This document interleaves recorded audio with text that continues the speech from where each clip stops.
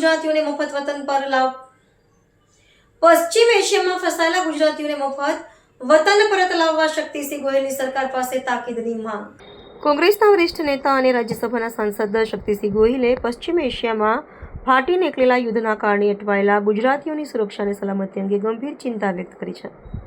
તેમણે ભારત સરકાર અને ગુજરાત સરકાર પાસે ફસાયેલા નાગરિકોને મફત વતન પરત લાવવા અને તેમની વ્યવસ્થા કરવા માટે તાકીદની માંગ કરી છે. હાલમાં ઈરાન, ઇઝરાયલ, દુબઈ, અબુધાબી અને કતાર જેવા વિસ્તારોમાં યુદ્ધની સ્થિતિને કારણે હવાઈ સેવાઓ ખોરવાયેલી છે. અસંખ્ય ગુજરાતી પરિવારો અત્યારે અનિશ્ચિતતામાં માહોલ છે. શક્તિસિંહની આ માંગણી બાદ હવે જોવાનું રહેશે કે વિદેશ મંત્રાલય દ્વારા ઓપરેશન ગંગા કે ઓપરેશન કાવેરી જેવું કોઈ વિશેષ અભિયાન ગુજરાતીઓને પરત લાવવા માટે શરૂ કરવામાં આવે છે કે કેમ. ઈરાન વિરુદ્ધ ઇઝરાયલ અને અમેરિકાના યુદ્ધના કારણે ગલ્ફના અનેક દેશોમાં વસતા આપણા ગુજરાતીઓ માટે, ઈરાન અને ઇઝરાયલમાં વસતા આપણા ગુજરાતીઓ માટે અનેક ચિંતાનો વિષય છે. કોઈ પણ ટીવીની ચેનલ ખોલીએ, સતત હવાઈ હુમલાઓ, ડ્રોન, મિસાઇલ્સ આ દ્વારા હુમલાઓ જે વિસ્તારોમાં થાય છે ત્યાં અસંખ્ય આપણા ગુજરાતીઓ વસે છે. મેં માનનીય વડાપ્રધાનશ્રીને અને માનનીય વિદેશ મંત્રીશ્રીને વિનંતી કરતો ઈમેલ મોકલ્યો છે કે આપણા ગુજરાતીઓ જે આ જગ્યાએ છે એમની સંપૂર્ણ સુરક્ષાની વ્યવસ્થા કરવામાં આવે.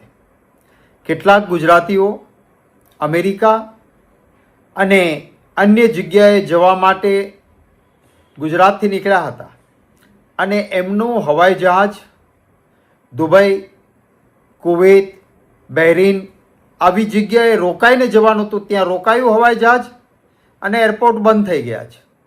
એ લોકો ત્યાં ખરાબ પરિસ્થિતિમાં મુકાયા છે. આપણા ગુજરાતના નડિયાદના પ્રિતેશભાઈ પટેલ અને હિનાબેન પટેલ, એમના પરિવારે મારો સંપર્ક કર્યો કે કુવૈતમાં એમને અમેરિકા જવાનું હતું, પ્લેન કુવૈત રોકાયું છે અને ત્યાં તેઓ ફસાયા છે. પારાવાર મુશ્કેલીઓનો સામનો કરવો પડી રહ્યો છે.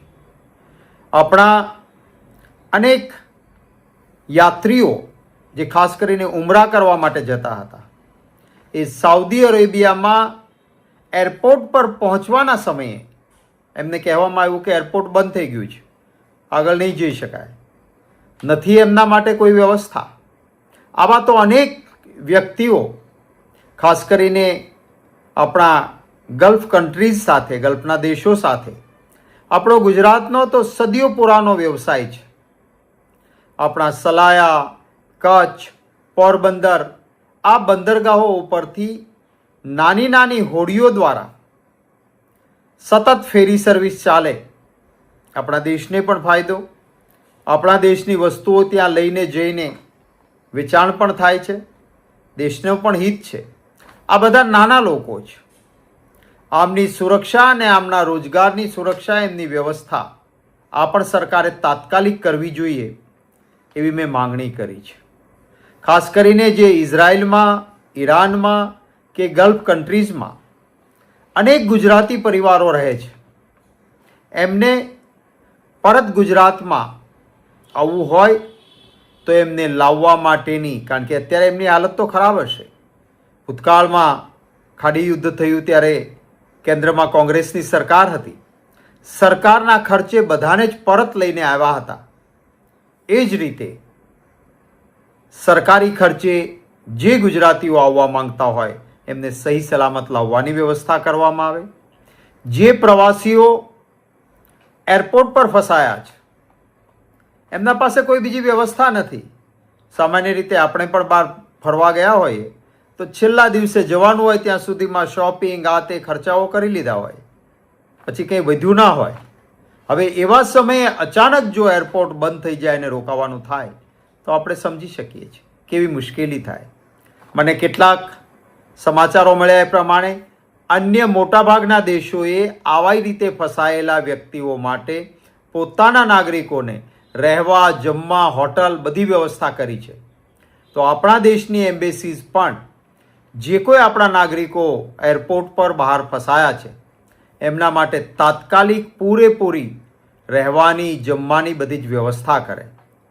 હું કોઈ અત્યારે રાજકારણ કરવા માંગતો નથી, પણ હા, એ વાતનું દુઃખ છે કે આજે 48 કલાક થયા આ યુદ્ધ ફાટી નીકળ્યું એને, જે પરિસ્થિતિ પેદા થઈ એને માનનીય વડાપ્રધાન શ્રી કે ગુજરાતના મુખ્યમંત્રી શ્રી તરફથી એક પણ નિવેદન આપણા ગુજરાતીઓની ચિંતા કરતું આવ્યું નથી. ત્યારે મેં સામેથી મારા પાસે જે હકીકતો પ્રાપ્ત હતી, મને જે પરિવારોના તરફથી ફોન આવતા હતા, એના આધાર ઉપર અને મારા પાસે પ્રાપ્ત માહિતીને ધ્યાને લઈને કેટલીક વિડીયો પણ આવી. એ સાથે માનનીય પ્રધાનમંત્રી શ્રી અને વિદેશ મંત્રીશ્રીને ઈમેલ પણ કરી છે. વિદેશ મંત્રીશ્રીને પૂરી રીતે એમને ત્યાં પણ ફોન કરીને પણ લખાયું છે. હું આશા રાખું છું કે આપણા ગુજરાતીઓની સલામતી માટે પૂરતી વ્યવસ્થા આપણી સરકાર કરે, એ જ માત્ર મારી લાગણી અને માંગણી છે.